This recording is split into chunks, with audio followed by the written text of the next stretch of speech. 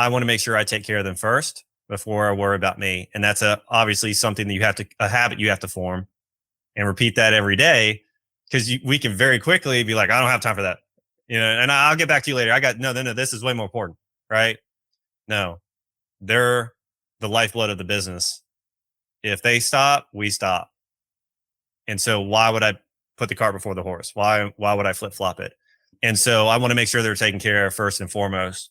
And so that's what we need to do as leaders. We need to make sure that our team is served first, because if our team is properly, equipped, they're really engaged, then they're going to be super effective to the clients. How well does your leadership serve the people you lead? How often are you thinking about whether you're a servant leader or a different kind of leader? And how much thought do you put into that service first approach? It's a useful thing, not just for customer service and customer retention, but also for staff engagement and staff retention. And so my guest today will be talking through all of these things with us, from that seemingly ever-present buzz phrase recently of staff engagement, engaged people. We'll talk about some of the statistics in that area as well. But also we'll hear about his approach to leadership and that service-first approach to a whole business, not just leadership or customer service or anything else, but all of it. His name is Clif Savage. He is a business owner, a consultant, and he helps business leaders work from the top down in an organization to improve the way their systems and processes work, with the specific goal of improving recruitment and retention of high quality and well-engaged people.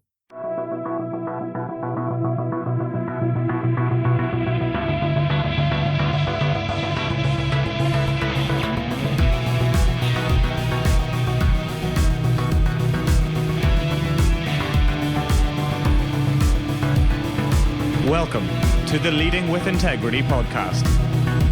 Leadership talk for the modern manager. With your host, David Hatch. Clif, welcome to Leading with Integrity. It's great to have you on the show. Really looking forward to our conversation today and seeing where it may take us or not. Yes, thank you, David, for having me on. I look forward to this. Yeah, me too. And we'll kick off, really. I'm just going to sit back and hand over to you and be lazy for a little bit and let you introduce yourself to the listeners. Tell us a bit about your background, your career so far, what you get up to today, and why you do it. Yeah, no, that sounds great.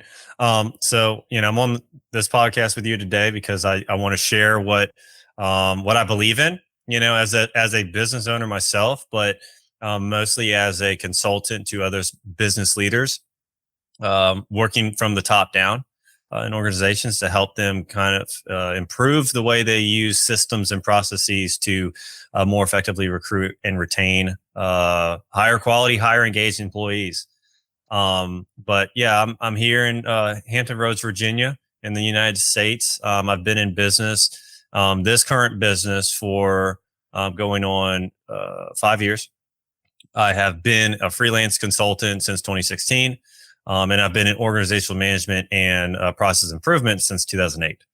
And so I've had a lot of hands-on from the very beginning on the front lines, predominantly in manufacturing, but also in contracting work, construction work, and service-based brick and mortar stores.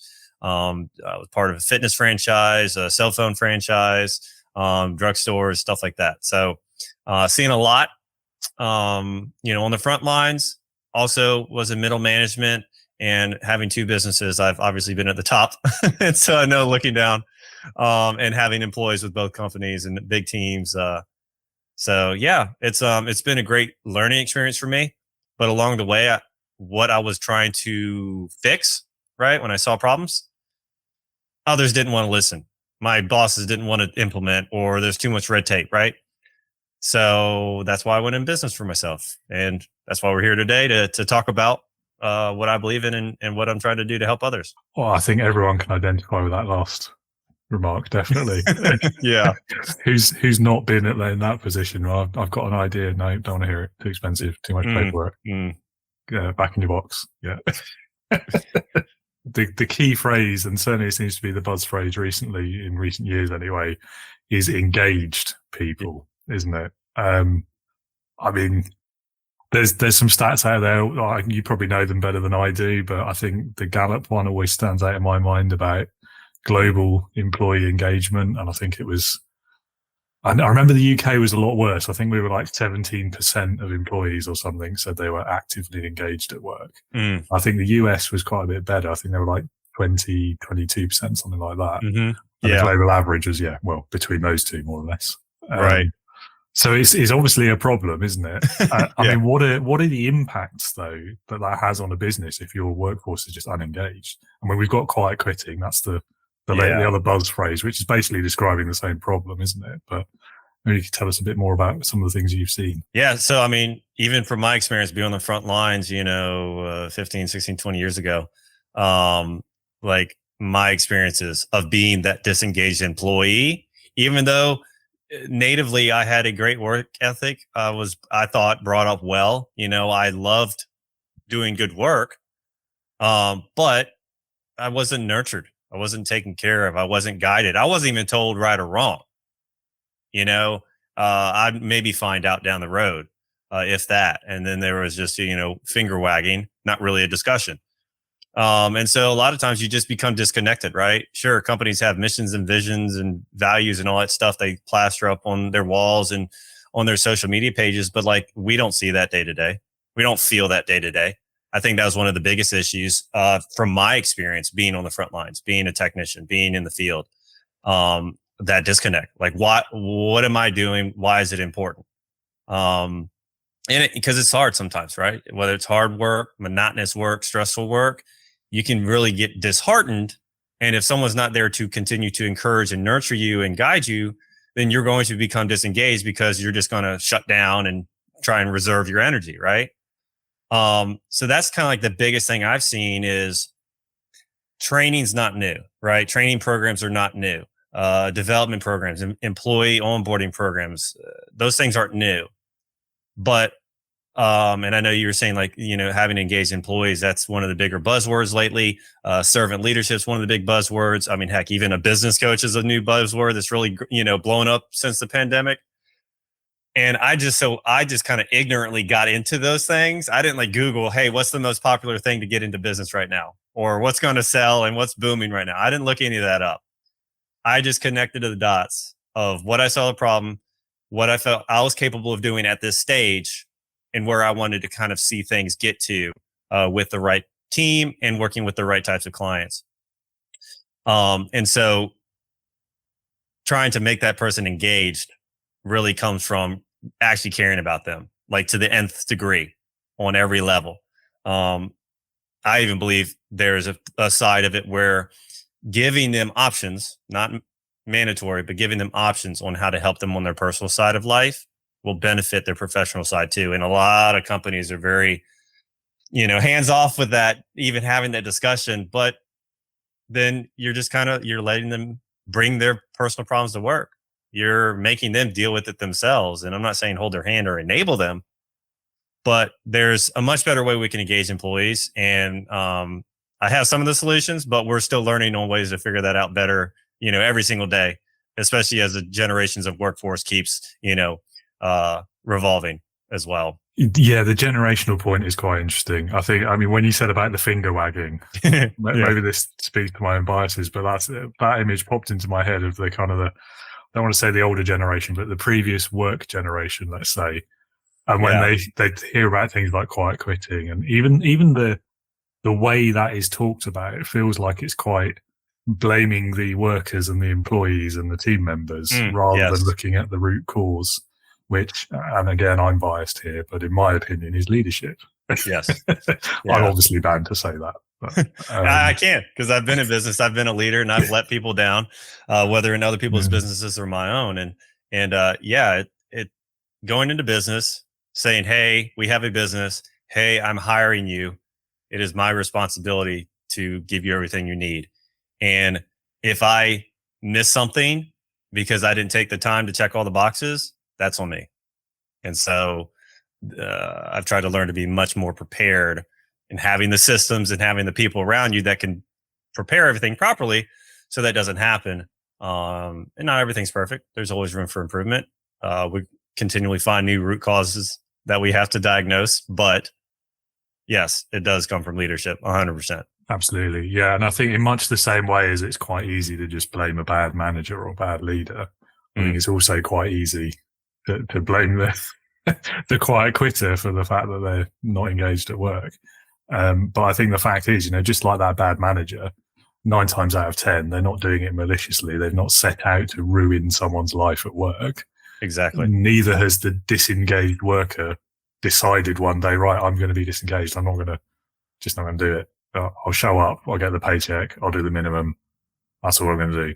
Most of the time, that's not done maliciously. It's done because they don't feel like the employer really wants them to be engaged. They're not giving them that guidance and that support. Exactly as you say. And responsibility is definitely the right word. Totally agree with you. Yeah. And communication. That's a big component, and that's a huge critical piece that we, with our clients that go through our whole package program, it's like a 60 business days, 3 months program, is the number one thing we start with is communication. And it helps with speaking to the right person in the recruiting copy. But to your point, all the way through the process, this reason that we get disengaged, whether it's the manager or the frontline employee, we get complacent. We go into survival mode. But ultimately what's happening is we're breaking that connection. Or maybe it wasn't fully formed to begin with, right? Like onboarding, here, go, good luck, bye. There's no, you don't have my number. I can't call you and ask questions, or you're not right by my side. The communication was never started, or it was broken. And so we have that as a cornerstone of their toolbox as a leader, that they use these communication tools and principles with high level data of each individual personality to emphasize when almost like any relationship, right? A marriage, family, friends, whatever, business partners. We're going to go through our own seasons, and we're going to ebb and flow. We're going to get hot and cold, but we can't let that break the connection of communication. And so being able to kind of go back to that ground zero or that baseline is critical to knowing we're going to have busy months, crazy months, right? That's part of growth, right? You're supposed to be busy. It's not a bad thing, but we misuse it, mishandle it. And then when things are slow and not that much pressure, not really worried about anything, and you get a little too comfortable, right?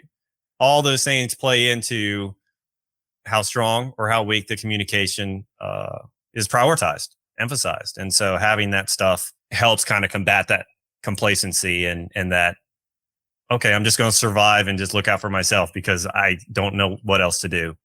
Yeah, I mean, when you think about it like that, it's a very human response, isn't it? And I think, I mean, the busy point is well made as well. I like to think of good busy and bad busy. I think good busy is that sort of the growth and the what you want.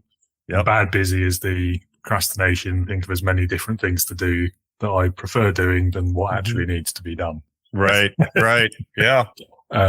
We all do that. I've done that this week. It's a coping mechanism.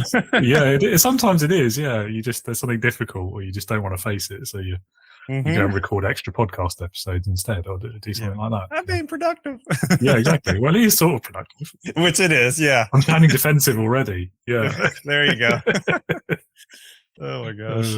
Anyway, enough about me. Let's talk more about you. So, service-based businesses are what you've kind of honed in on, I think. So can you share some of the reasons and the aspirations behind that, why you're so dedicated to helping those types of companies? Yeah, no, that's a great question. Yeah, it is the service-based businesses. And so that's why the company's name, Service Leader Systems. It's a play on words because, yes, it's companies that want to be leaders in their service industry, but it's also leaders that want to be service to their employees, to their clients. And so it goes both ways. But from my experience, just because when I got out of high school, I didn't know what I wanted to do. I just knew I didn't want to go into a bunch of debt and still not know what to do. And so I was fortunate enough, locally, we had a lot of manufacturing companies in this area. And one of them was building a brand new plant and was having a massive hiring. The government was involved to help stimulate the economy, stimulate the workforce locally. And this was, almost 2 decades ago now. And so I jumped on that opportunity. And then I put myself into night school. So got my degree at night. That kind of just set the path moving forward because I like working with my hands. But I also like the intellectual, process driven, organizational development side of things too. And so while I like being in the field, I like getting my hands dirty. I also liked not just having to be a grunt all the time and know there's a better way to do things, and very quickly gravitated where I got put in the middle. So kind of like what you were even saying earlier, David, about the manager struggling, the employee struggling, but yet we're still on the same team, but we would lose sight of that. I found myself constantly getting pushed, not walking into it, constantly getting pushed into the middle of everything, to be a mediator, to say, hey, wait a minute, we're on this together. We're not actually two separate sides. We're in this together. And that journey kept pushing me into service-based businesses. I've never really messed with selling products or, anything like that. It's been all, process driven. So if I can view like an assembly line in my mind, I can work with it, because there's going to be bottlenecks. There's going to be inefficiencies. There's going to be a need for expansion of the lines, adding new people, training them in different ways, altering their responsibilities.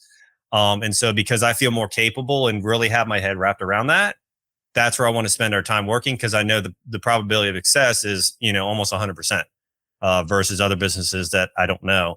And because of that framework, I can get into any type of business within that industry after that. So it doesn't matter if it's a restaurant, roofing company, painting company, electrical company, like they have their nuances. I can learn their language. My team is great with their references and the resources to really tap into that, those specifics, but the framework's the same, pretty much. So that in itself makes it very easy for us to apply not a cookie cutter solution, but the same proven framework that we will mold, a little bit to fit their business and their size and their needs and their future goals and everything like that. So yeah, we've just settled into the service industry, and there's a lot of people we need to help. So we're not going anywhere anytime soon. Fair enough. Yeah. And so tell us more about this approach to leadership then. So leadership through service. Is it like servant leadership? Is there more to it? Is it basically the same? I mean, you tell me. Yeah, it's basically the same. My approach to servant leadership, or serving others first, that's why I call it service leadership systems, is the idea that, kind of like what I said earlier, if you're starting a business, or if you're even taking over a business, right, as a CEO or whatever, president, the top person in that company, it is your responsibility to take care of everything in the business. It's not your job to be on it and micromanage it and have your hand in it, but it is your responsibility to make sure it is working properly and being taken care of properly. Everything from the money and the talent that you have and the, trucks, equipment, office, all that stuff, and having the right people managing those things. You grow that though, as you start a business and grow, right? At first you are the direct point of contact, but as you grow, you have, middle management and everything, but you're still the one ultimately at the end of the day that before you go to sleep at night, you need to know that everyone was taken care of. When you wake up in the morning, you have to think about how everyone needs to be taken care of before you need to take care of yourself. That's one of the biggest things I block out of my day when I first get in the office, is to make sure that if usually I don't miss anything by the end of the day, right? But the next morning, I'm there waiting on my team's emails. Social media marketing, podcast scheduling, my technical writers, my project specialist, whomever. I'm there for them first thing in the morning. Or if there was things we needed to discuss, I talk to them first, because I want to make sure they're set up for their day and they're good to go. That way, one, if I get caught up in anything, they don't have to wait endless hours for me to respond. But two, I want to make sure I take care of them first before I worry about me. And that's obviously something that a habit you have to form and repeat that every day, because we can very quickly be like, I don't have time for that.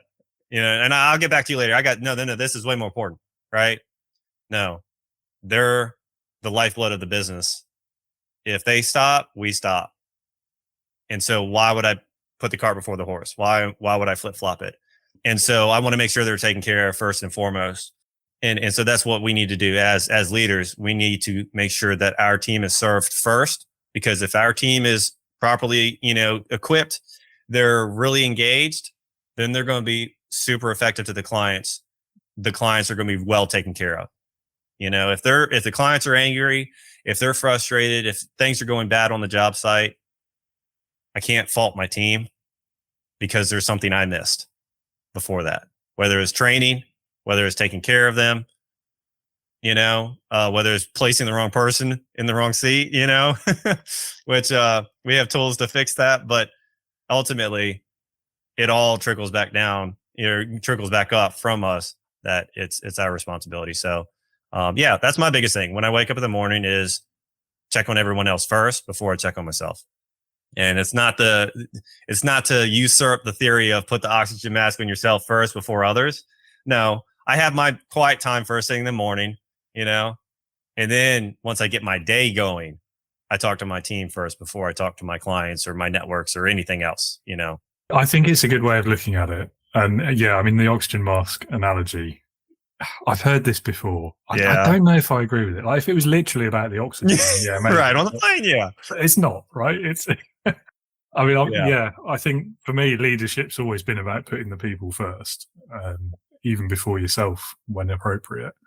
And so I really like hearing your approach there. And I think the other aspect of it that shouldn't be underestimated is the psychological impact that has on your people when they see that the first thing you're doing every day is watching out for them, making sure they have what they need, and so on and so forth. And we were talking about procrastination earlier, and you're absolutely right. It's so easy as a leader, isn't it, to just get caught up in it. I don't have time to check on this now. I'm really sorry, but I can't solve your problem now. The ever-present smartphone or the emails or whatever it is, I've got to go and deal with this important phone call. And it's everyone falls into that trap at some point in their leadership career. Yeah. But I think if you get into that habit, you form it as a habit. Yeah. As soon as you can, it sticks. And then you don't have to worry, or it's easier at least. It's easier to get yourself back on the right path. There you go. Yeah. You can fall off, but you can get back on. I really like it. Yeah. And I think that's why servant leadership generally is so powerful as well. It's just the way you are perceived as a leader almost. Yeah. And it trickles down to that, with like my project specialist that manages our technical writers, and eventually as we grow and have more of a sales marketing team, having managers in place for that. Right. And them leading their people. And it's not something we're going to slap on our wall. It's not a trend, right? It's the cornerstone of our business. It's the primary principle that we operate from. Because if we aren't like fully committed to that, people are going to see through it. And, as soon as things get tough, get busy for good or bad reasons, it's going to go to the wayside. It's just like your manners, right? If you have good manners, no matter what's going on, we all have our moments, but, generally speaking, you're still going to have your manners no matter what's going on around you. But if it's forced, if it's fake, you're I don't have time for that. Throw it out the window. And so, I really emphasize that it's through our oxygen that we breathe, that's what's coming out. Because if not, I've been in businesses where we didn't have that, and I don't want to go back to that. So that's why we do that authentically as we can. Yeah, I can certainly identify with that as well. It reminds me of another conversation I was having yesterday with a fellow leadership trainer and coach, and we were sort of lamenting between us about the tough economic times that we've seen of late, and how that tends to make businesses pull back on training, especially training in things like soft skills in inverted commas, like leadership, which whether the perception of that is right or wrong is a different argument / conversation. Yeah. And yet, it's those difficult times when people are worried literally about whether they can pay the bills and keep the roof over their head, when leadership can have the most impact, when it's the most important. Yeah. So it's not, if you're going to cut back, do it when things are going well. Exactly. Save that money for a big launch forward, right? I have, oh my gosh, how many companies I worked in and then, worked for with my clients that whether it's slow times, right? Just naturally, cyclically through their year, that, their business slowed down. They would fire people. They would tell people to go home early. They would cut people's hours, right? And a lot of their competitors would talk about that stuff too. And I'm like, and so it's really an industry trend principle in a lot of businesses, because it's the natural defense mechanism. Well, we're making less money, so we got to stop spending, so much. We got to spend less. You're backing yourself in a corner. You're painting yourself into a corner, because now once you get busy again, you don't have the time to train, right? When we're busy, we can't train. But when we're slow, we don't train. That never made sense to me. I always love when there's like a heavy rain day or there's a bottleneck in production, not of our doing, but of the client or whatever. And they're like, stop, right? Stop production. And I'm like, perfect.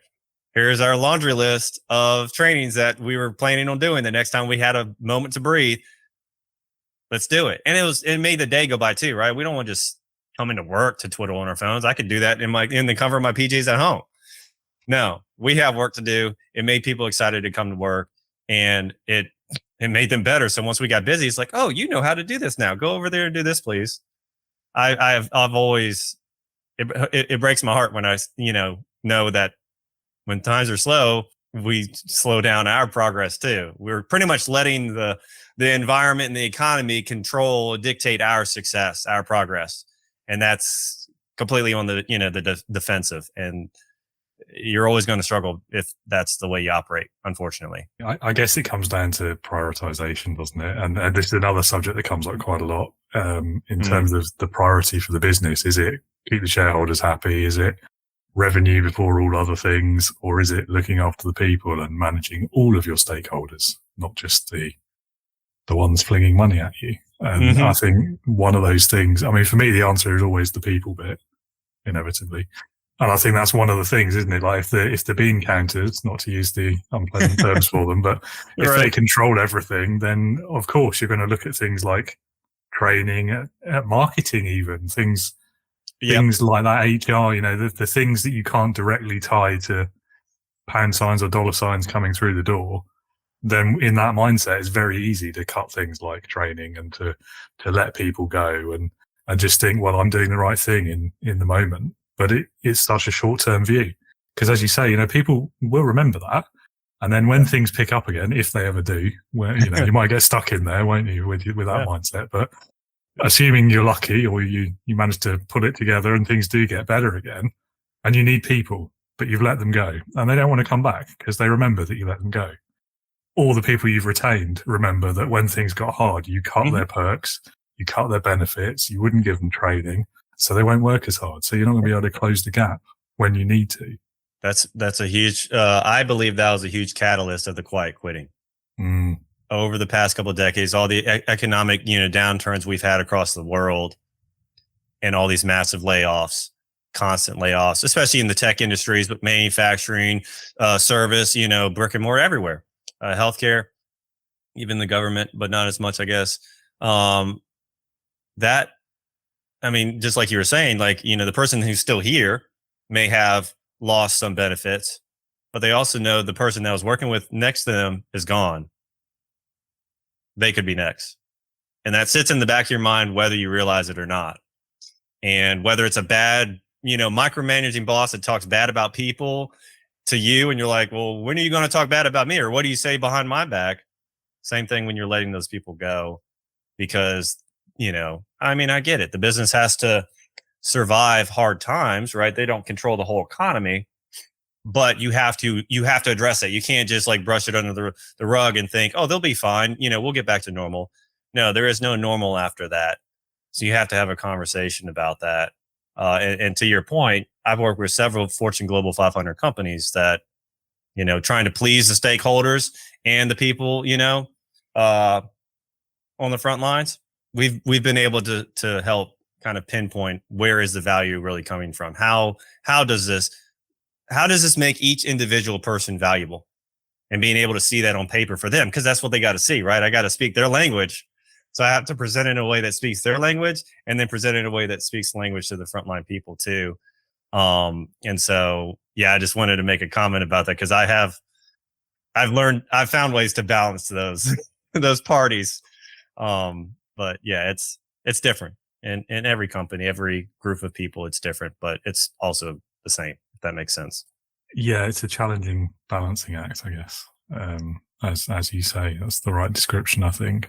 Yeah, I don't know. I do sort of feel like it's a short-term versus a long-term way of looking at it, though, isn't it? Because at the end of the day, it's the people that bring the value to the business. You know, especially for these types of leaders who are making these kind of decisions in the wrong way. They're usually, I mean, this is an unfair generalization, but they're usually the sort of people who won't lift a finger to do the work themselves. Right. And so, you know, in the short term, you might think you're saving money by getting rid of a few people to get you through across the difficult time. But right, who's going to do the work? Like, yeah, you probably won't want to do it yourself. Yeah, as I say, unfair generalization, but yeah. yeah. You cut a couple zeros out, you know, on the yeah. bottom line, but then that other salary over there's looking and like, oh, so now I got to do twice the work, 3 times the work, 4 times the work. All right, I'm going to start looking for another job now. And so you cut out a lot more zeros than you were planning to. The ripple effect. Absolutely. Yeah. It's difficult, I guess, for a lot of industries where they do have to have that fixed premises. They've got the big machinery involved and all that sort of thing. But, you know, when we're talking about tech or office roles, like maybe the first thing you cut should be the big swanky office that you don't really need. Work remotely. I mean, there's a huge cost saving there straight away. Yes.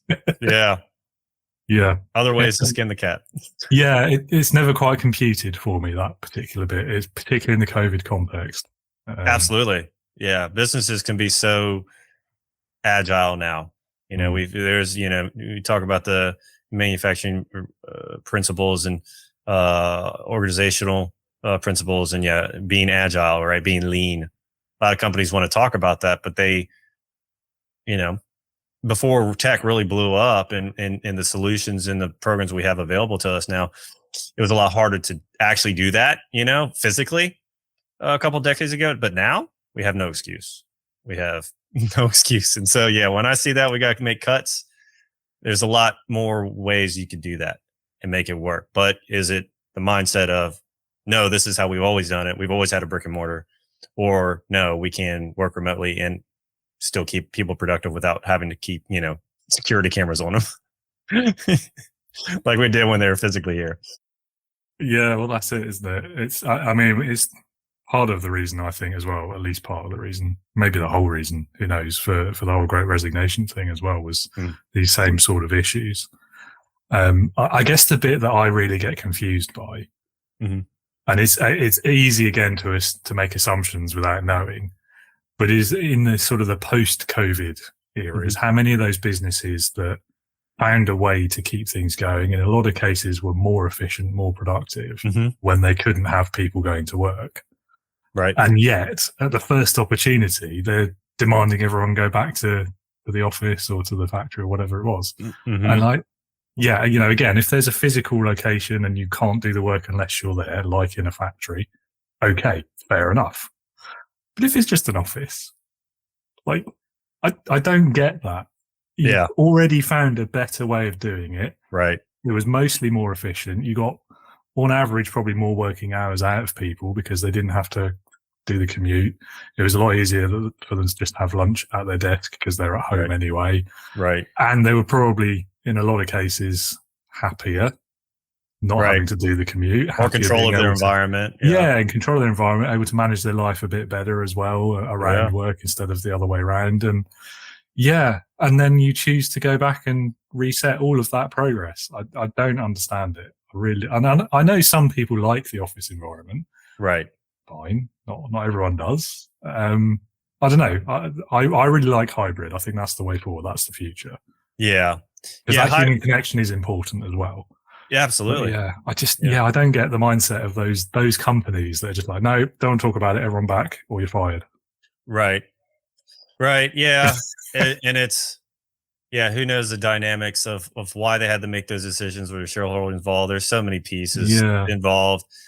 But aside from the causes, right, the effect is, a detriment to the workforce, because we're not dumb, right? We saw how it worked this way. We've seen how it works this way, and we like this way better. So why are you making us go back to that? It doesn't make sense. And if it's on the bottom line, that's all they see. If they don't see the negative effect of what's happening to the workforce when you bring them back, they're not in tune, or as intellectual as they may think they are when it comes to business knowledge and leadership. If they don't, account for that as well, because it definitely takes an effect. Yeah, it's easy, isn't it, to assume, as I said before, but I can understand why so many people feel like it's just an ideological decision rather than a business decision. Yeah. Because especially if you're one of those workers who's been doing a much better job from home, and you're like, well, why? I was more productive. Is this about control? You just need to see me, or you don't trust I'm doing the work, even though I have been for like a year and you've seen the results. Right. There's a disconnect somewhere that I'm not understanding clearly. And I don't want to just be like, oh, it's because bosses are rubbish. They're all micromanagers. It's all about control and status and real estate maybe. And because that's unfair. I don't have the knowledge to be able to say that with confidence. Right. But there's a knowledge gap there as well, because they're not really sharing. No. I don't think they're sharing credible reasons, are they? Like, they're saying it's about the bottom line, but how can it be? If people were more productive and you had a lower cost base because you didn't have to have an office, right? How can it be about the bottom line? Anyway. I'm going to go around in circles on this for hours, so we better change topic. Sounds good.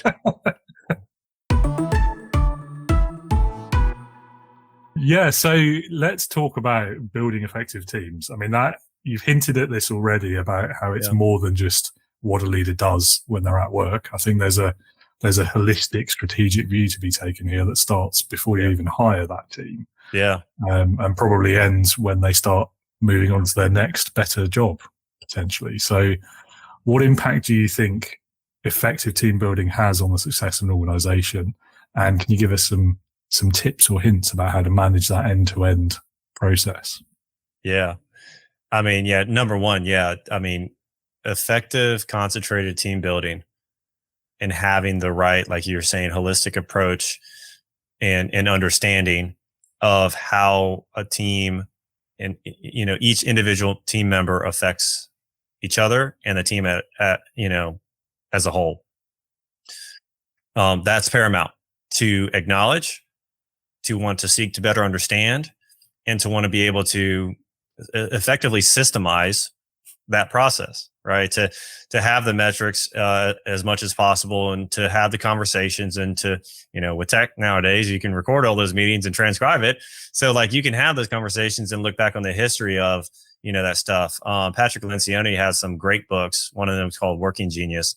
And if anything, if you just listen to the audiobook and hear the examples of how people interact with each other as a team, and how they try and learn how each individual's person's strengths, weaknesses, and everything affects each other. And the lack of understanding, the lack of, having that conversation really hinders a team's growth, because we haven't refined it. We keep circling back to the same issues, the same problem child, the same whatever. And so really acknowledging the importance of that and then addressing it with a solution is key. One of the things we use in our company, and we've used it for years and we implement it in all our clients' companies, is the DISC assessment. So similar to Working Genius, Myers-Briggs, there's a lot of tools out there, a lot of personality assessments and whatnot that kind of help at least shine some light on, individual personalities.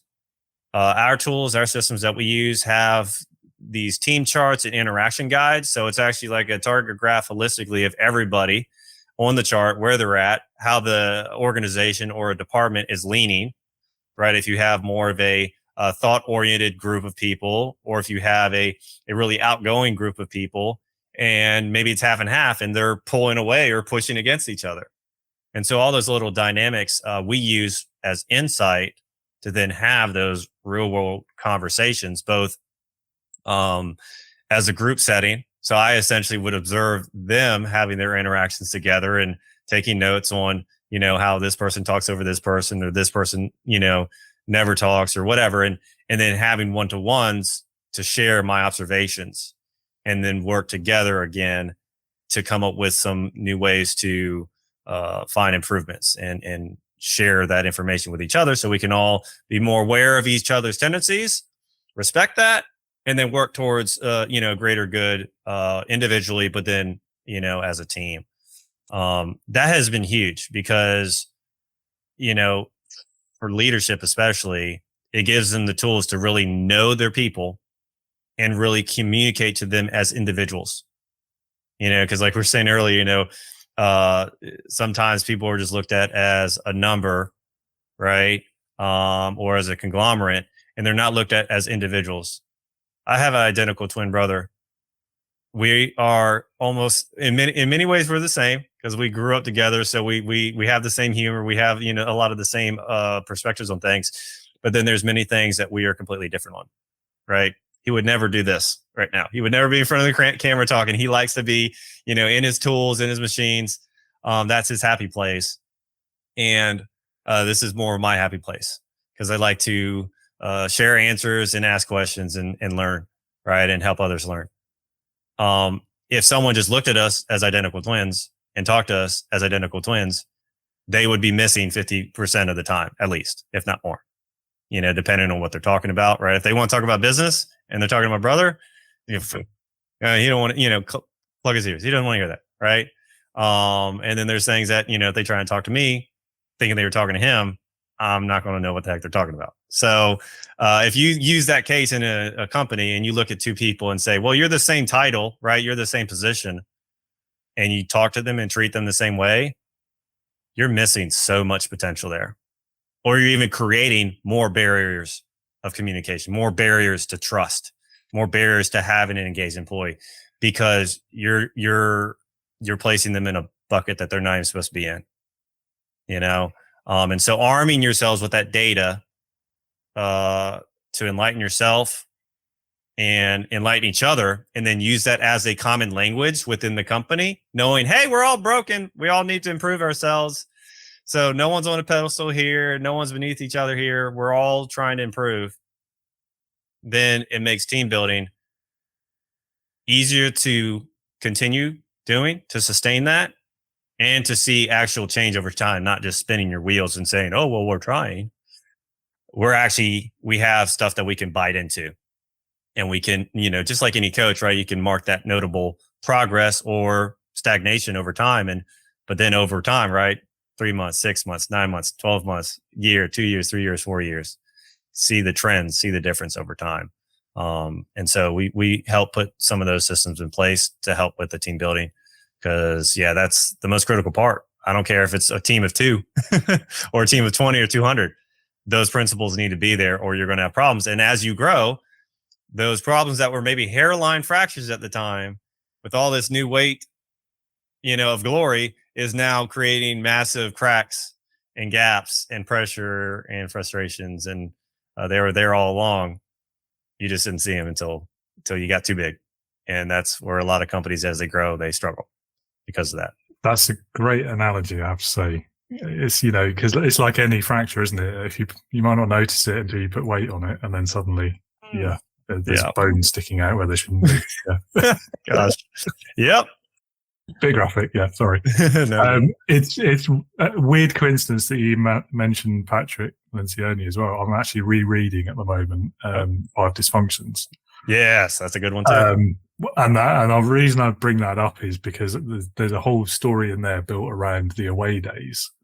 Yes. And you're talking about the DISC assessment, and it's triggered a memory for me about the away days we had to do at various businesses when things maybe weren't going too well. And the outside consultant comes in that we see for that one day and then never again. And they make you do the Myers-Briggs or some other personality test, in inverted commas. And then, I have mixed feelings about these tests as a result of that, because I think they're really useful for an individual who wants to take it to learn about themselves and apply a bit of self-awareness and identify areas to maybe build on or lean into if they're the strengths and that sort of thing. Yeah. But I think if you're going to use them in a corporate context where the business is saying, everyone take this test and then we're going to learn about each other, or we're going to change our behavior, or we're going to victimize someone who doesn't fit with the others. Yeah, my bias is showing again, isn't it? Anyway, I think the key You're not the only one, don't worry. Yeah. But I think the key to using those things effectively is what happens in that book, in the 5 Dysfunctions story. And I think is what happens in your process as well, is the follow through. Yes. You can't just do it in that one isolated, here's an away day, everyone have a free dinner and everything's fixed. You've got to then do the work afterwards. Yeah. You've got to identify the lessons. By all means, do it in an away day setting, get everyone out of the office or whatever. Great. Change of scenery helps, definitely. But then when you get back to the office, how are you going to apply what you've learned in that process? And who's going to hold people accountable? Are they going to do it themselves? Are they going to be responsible to each other? What's the agreed, consented to process by which those learnings are going to be applied? And then how are you going to make them stick? And that, I think, that's the real art of it, isn't it? Yeah. I'm sure there's science in it too, but you know what I mean? There is. Yeah. Psychology in it. Definitely. I mean, in science, that's huge, right? With anything, so often I've come across, prospects or people that have become clients or whatever, just people, learning, how can you help me? And I start digging deeper and they have all these things like that. That's just collected dust. And it's a psychological thing. It's a, habit, right? A lack of, priorities, lack of, consistency on the leadership side of things that negatively affects everyone else, right, in the company. And so our goal, obviously, with a couple of things, right? Qualifying our clients or qualifying our prospects, going back to the part of using these types of assessments for good or for evil, right? Because they are, with any data, you can manipulate it in good or bad ways. Manipulation is bad, so just bad ways. But you can use that for the wrong purpose. That is something we do our best to disqualify right from the beginning before we even work with somebody like that.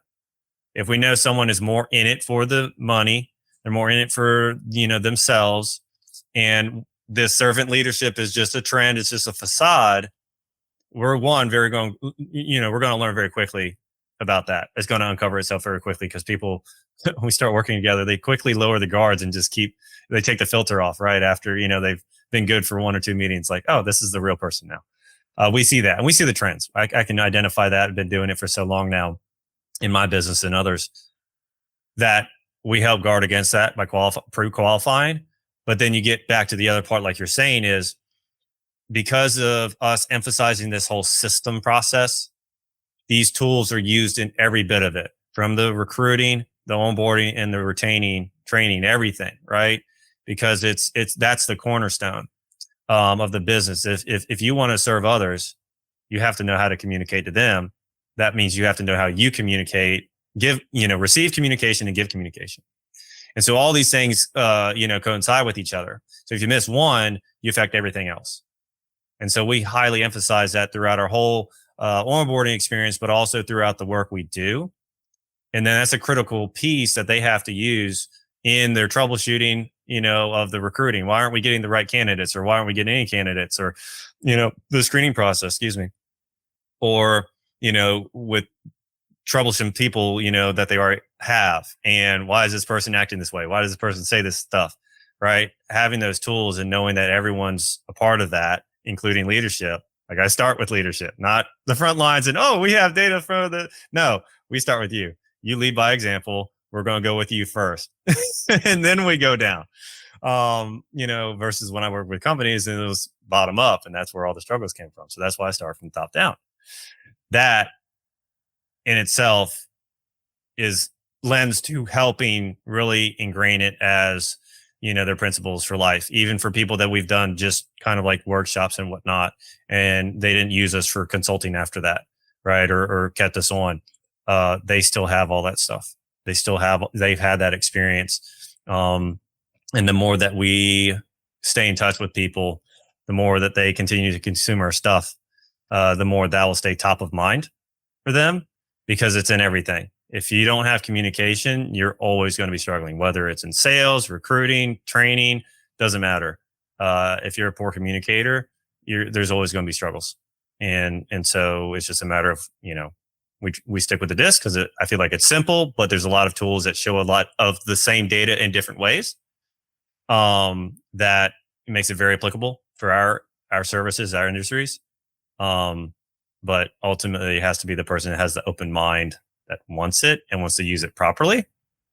And if they don't, then there's a big pool. We got more people that we can work with. So I put that out there, not in a prideful way, but I put that out there because I don't want to waste their time and their money. I have to respect that. I have to say it's something I think, again, business owners all struggle with that, don't they? Like turning away the wrong client. It's an acquired skill. Yeah. Well, because you learn, Yeah. Our name is on their way. product. Yeah. If I put their logo on my website, I want people to say good things about their company being associated with my company, and vice versa. I don't want there to be none of us are perfect, but I don't want there to be like, oh my gosh, you work with them? How'd you help them? I guess I didn't. Yeah. What can I blame you for? Yeah. Yeah, right. I don't even want to step into that, because then I don't want to have to try and get out of that, because then it gets messier. Yeah. And again, we're back to long-term versus short-term, aren't we? Yep. Yeah. Yeah. Awesome. Okay. Well, just keeping an eye on the time, I'm going to skip ahead and we're going to talk about leadership in a bit more detail. And the first question I have for you on that is, what's the biggest leadership lesson that you've learned in your career so far? The biggest leadership lesson I've learned in my career so far, I would say, was at the beginning of my career, and it's led me throughout my whole life. And that was, I was very fortunate that when I got into manufacturing, when I got into my first, real big job, I had some amazing bosses, and I'm talking director, supervisor, manager, very experienced people, very personable people, and we're very oriented on developing and training others from the get-go. That made the world of difference, because then, fortunately for me, I learned the good side of things first, and then I got to experience the bad side of things later. A lot of times people get it one way or the other.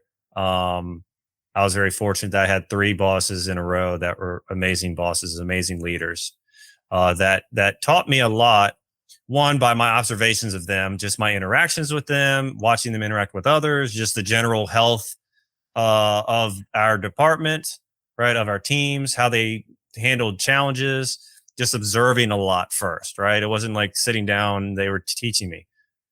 But then it was the personal conversations, the, overcoming challenges from myself with their help. And then learning and saying, okay, I guess I'm kind of wanting to kind of move up too, because I see that I can't make a lot of influence here. I have to move up here into the middle management.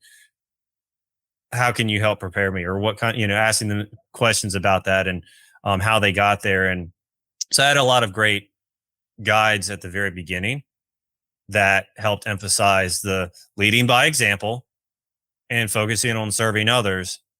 And because it wasn't forced, because it was just natural, like naturally the department itself operated very well.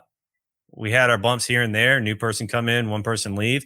We had our bumps, but because they were still involved and that tone permeated the department, it always made things a lot more possible, a lot more digestible, if you will. And so I was like, wow, this is great. And then I very quickly went into examples that were terrible. And I'm like, I want to go back to that. But I just then had to take it with me with where I went and kind of use to compare, boss to boss and business to business. But on a human level, on a personal level, those experiences set the tone and have followed me ever since. I've learned a lot since then and honed in a lot, hone my skills. But that, I will never forget that. I think we can draw quite a few of the threads of this episode together with the phrase lead by example, can't we? And it's one of my favorite bits of leadership, really, because it's disproportionately powerful to how simple it is to execute. Mm-hmm. And again, I mean, hearing you talk about your early career and going through that middle management experience, again, like very similar to myself. And I mean, I was immensely fortunate in my early career. Like I wouldn't even call it career, to be honest. It was temp jobs when I was studying. Yeah. But one of those jobs was for a few months during a term break, and it was for a fairly big corporate. And there was a really amazing leader that I encountered during that time. Yeah. Who's kind of been the gold standard in the back of my mind ever since, that I've compared every other leader to since that I've worked for. And I think, like, in a lot of ways, do you feel like that was actually a negative because it meant no other leader you worked for was ever going to measure up, and so you're always going to be frustrated? Like, because I feel like maybe I had that as a problem, really, because my standards were too high, perhaps. But I don't know. Yeah, I mean, like you, I've learned a lot since, and it's. I like to think if I went back and did that again, I'd be able to be a bit more understanding to some of the later leaders who didn't measure up. But what do you think? That's a great question. I'm trying to ponder so I can give you a proper response. I'm like thinking, did I, have I really compared everyone else too harshly to them? I would have to say no, because I've had some decent leaders since then. And you can say what you want, about first impressions. I think that definitely had a part in it. I did have some great leaders in the middle of my career. When I say the middle, I guess really the end of my career and the start of my business journey. One of my last bosses, one of my last leaders. I don't think so, but I believe it set the temperature. It became the barometer. It set the temperature for what I believe was good leadership. And it wasn't to the point where I was nitpicky, about a 10th of a degree or a hundredth of a degree. But it was just that was, for better or worse, that was the baseline. And it wasn't like I was always holding it up to to them like, all right, let's see where you're at. No, it was experienced over time, right? This was experienced over, those first couple of bosses, leaders. That was years, 4 or 5 years, I think, of a journey with them. And same with several other the leaders. Most of them were for, a year, 2, 3 years. And so we had time together. You get those first impressions. Then you see who their true character is over time, over the ups and downs, over their personal ups and downs, right? Seasons of life. And I still feel like I had some good leaders at the end of my employment career that I felt were still great. Mm-hmm. And they still led by example. They still were like in it, right? They're in the trenches. They're in the weeds with us, but not to the point of being micromanaging. They were side by side with you, not, on their pedestal shouting down at you. And so I definitely still had some good ones that I learned different things from them, if you will. I'll put it that way. I learned something different from everybody. But there were some of those same principles that rang true from all the good ones, at least. So, yeah. Yes. No, fair enough. I think, I think it's a good point as well about how well you know the person as well. So I think that, so in my example, or at least a good example from my career, that one early on, one of the things that he used to do that was really, it was such great leadership in hindsight. I maybe didn't recognize it at the time, but he always had time for everyone. When he gets to the office, and when he gets to the office every day, first thing he'll do, he'll almost like do the tour and have a little chat with everyone and see how they're getting on and what they did at the weekend. And it was like genuine conversation. And you could see the interest. He wasn't looking at his phone. I don't think phones were a thing back then. Right. They probably were, but they were like this big. Right. You're not looking at that. They probably didn't have his emails on it. Let's put it that way. Yeah, right. Yeah. No PDA. Yeah, but he was present. Yeah. And then I compare it to the worst leader I worked for. Yeah. The other difference there is that the great one, I probably only had 3 or 4 encounters with him over the course of a 3-month time with the company. Yeah. Whereas the worst one, I worked for him for years. I knew him pretty well. And I do wonder whether the fact that I knew him that well meant that I understood more about the motives and what was maybe going on behind the scenes than I did. And so it's easy when it's a chance encounter, a passing sort of familiarity to assume good intentions, isn't it? Whereas someone you've suffered with for a longer time. Yeah. But the reason I pick him particularly as the bad example is because he used to do the exact same thing except he'd usually have his BlackBerry in his hand and wouldn't be paying attention. Mm-hmm. It would always be the same question to every single person, and there would be a cursory response, and that was it. Yeah. And I feel like, was that seen in a management book? And he thought, that's what I need to do to start building rapport with Yeah. my Copy people. paste. Yeah. And then was it the same for both of them? It's just one of them did it well and one didn't. And I do wonder that whole how well you know the person and how long you've worked with them. That hadn't necessarily occurred to me in the difference there, but maybe that was part of it. I don't know. It's like a podcast or even like interviewing candidates, right? Two separate things, but like illegally, you're supposed to ask the same questions in interviews, right? True. But the conversation can go somewhere else if the candidate leads it and you can go with them. Same thing with the podcast. You may have fixed questions. A lot of people I talk to have fixed questions, but the conversation can go all over the place. That's being human versus, all right, we're going to check the box. 1, 2, 3. All right, bye. Move on to the next one, right? Like I come from manufacturing. I come from assembly line work and systems, but it's not supposed to be robotic and lifeless. Yeah, apart from when it literally is robots, of course. Yeah. Right, yeah. It's like, but, right now at least, humans still have to work on them when they break down or, act crazy. So, yeah. I mean, as far as that goes, I think for the longevity of the human race, we should probably keep it that way, shouldn't we? We don't want robots able to repair themselves. That's a bad sign. Yeah, that's just a whole nother level. Yeah, with AI, I might be able to, though. I mention his name. Yeah. He who should not be named. Indeed. Yeah, I don't know. It's something I'm going to keep thinking about, that one, because it does play on the mind, doesn't it? Those sort of little differences and yeah. So, I mean, I've talked about some of the leaders I've worked for. You've mentioned one or two of yours as well. If you had to pick your best experience of being led, what would that be? The best experience being led for me, I had one in the later part of my employment career. I had a boss that really poured into me. And he was the director of our department. He wasn't my direct line of contact. I had, my main boss was in between that. So the very few instances that I got to, hear him speak, got to see what he was working on, and for him to stop and talk to me and ask questions was not very often because he was involved in, many, many, many things that, not making an excuse, it wasn't his job to come check on me, but he still did come check on me, come check on our department. It was just, it wasn't mandatory. It wasn't that often, but when it did happen, he really poured into me his experiences, his lessons learned, even gave me, so like this one person I'm talking about, whether he'll remember or anybody else will know once I say this, if they're listening, he gave me, this book called the Theory of Constraints. I don't know if you've heard of that book.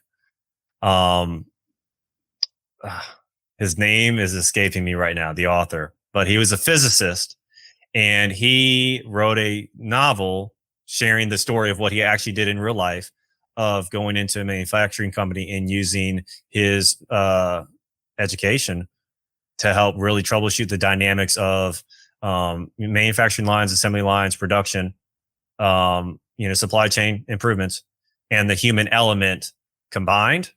And so it really gave this holistic view, but also this ground level humanistic view of troubleshooting, essentially. And that's what I am. I'm a troubleshooter, systems, people, whatever.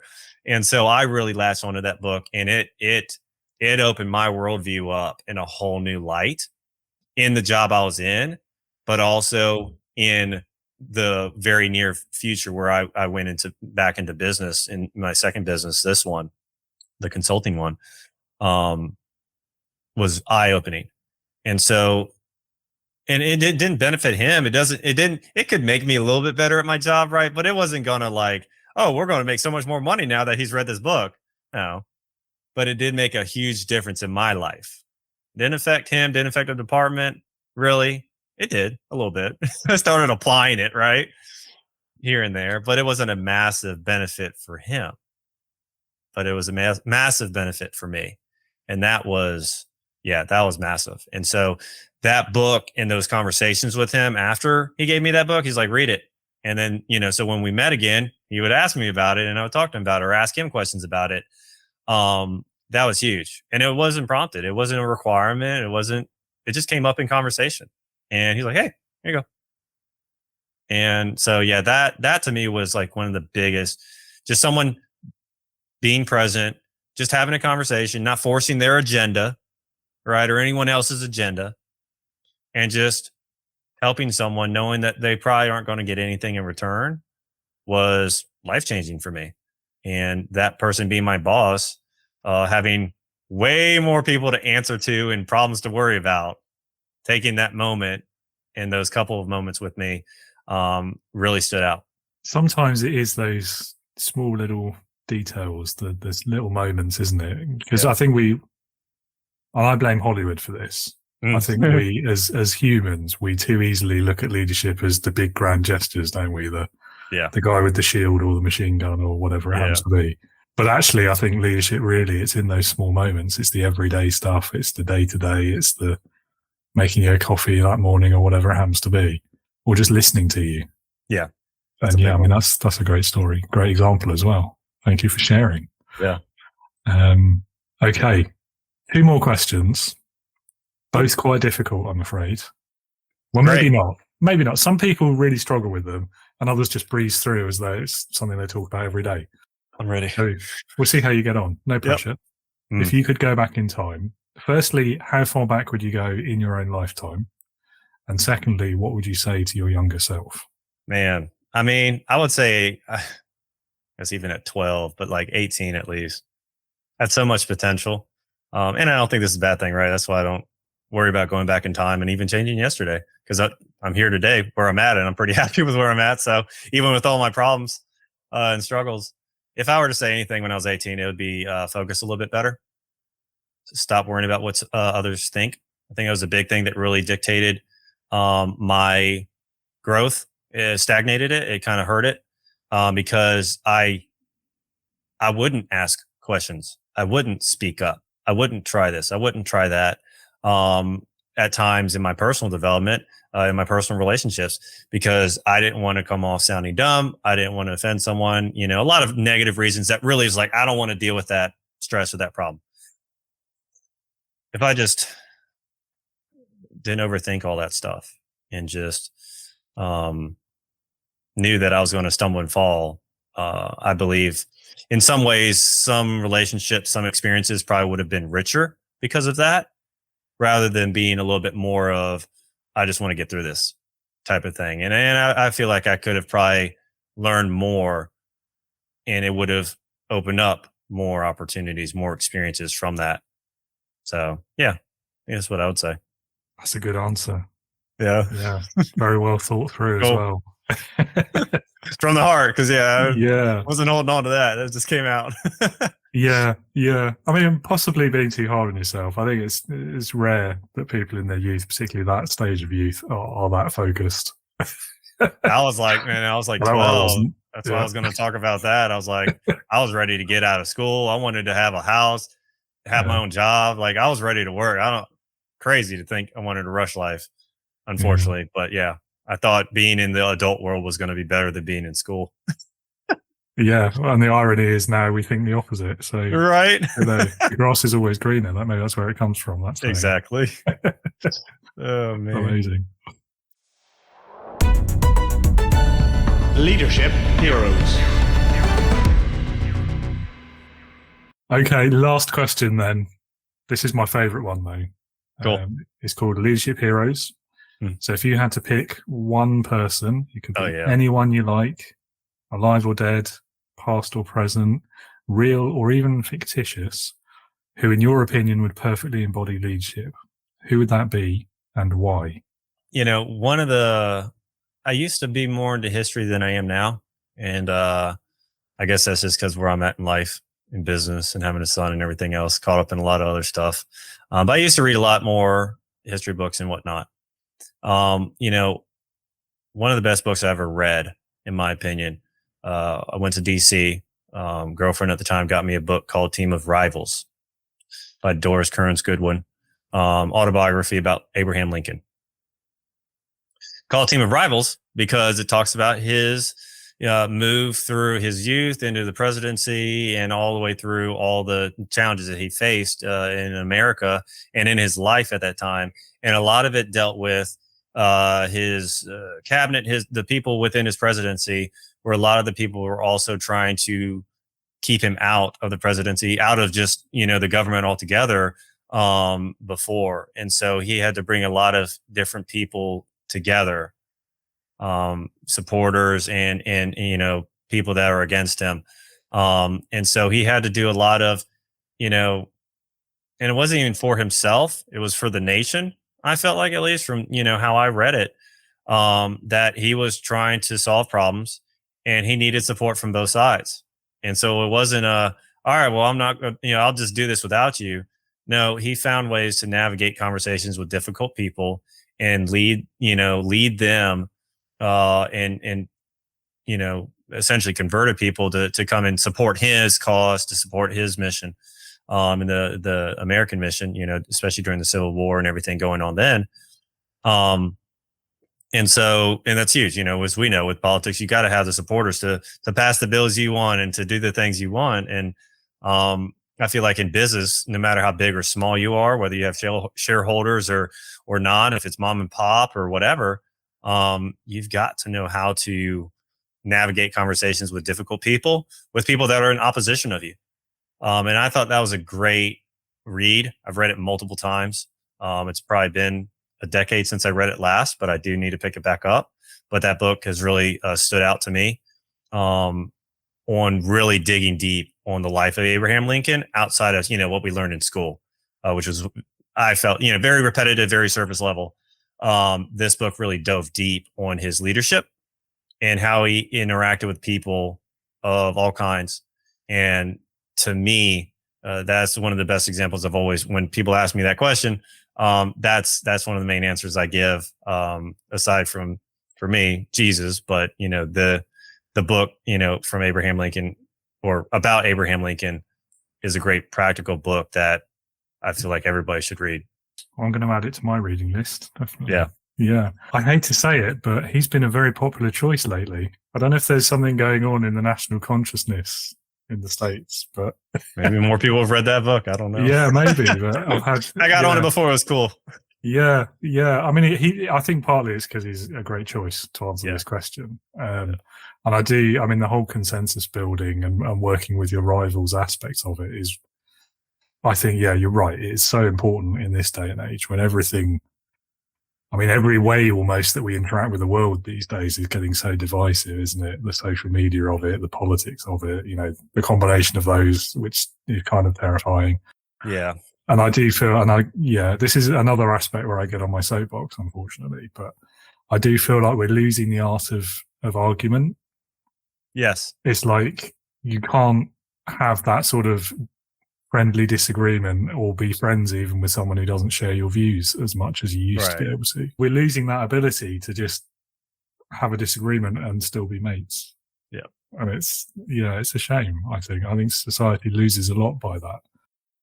Because if you're only mix with people who agree with you, that's why we call it an echo chamber. Yeah, exactly. It's a group thing. What is the point? How do you test your views and your assumptions if you never actually hear any others? Yep, exactly. They need to go into business and try and market themselves. See how well that works. Yeah, well, that's it. Run out of business real quick. Yeah, indeed. Although having said that, I very rarely have a podcast guest that I disagree with, which isn't really intentional, but right, yeah. So, you get people that don't really like leadership on your podcast. That's probably true. Yeah, they wouldn't come on, would they? But maybe that's why. Yeah. Anyway, well, thanks for being so generous with your time today. It's been wonderful meeting you, Cliff. Really enjoyed our conversation.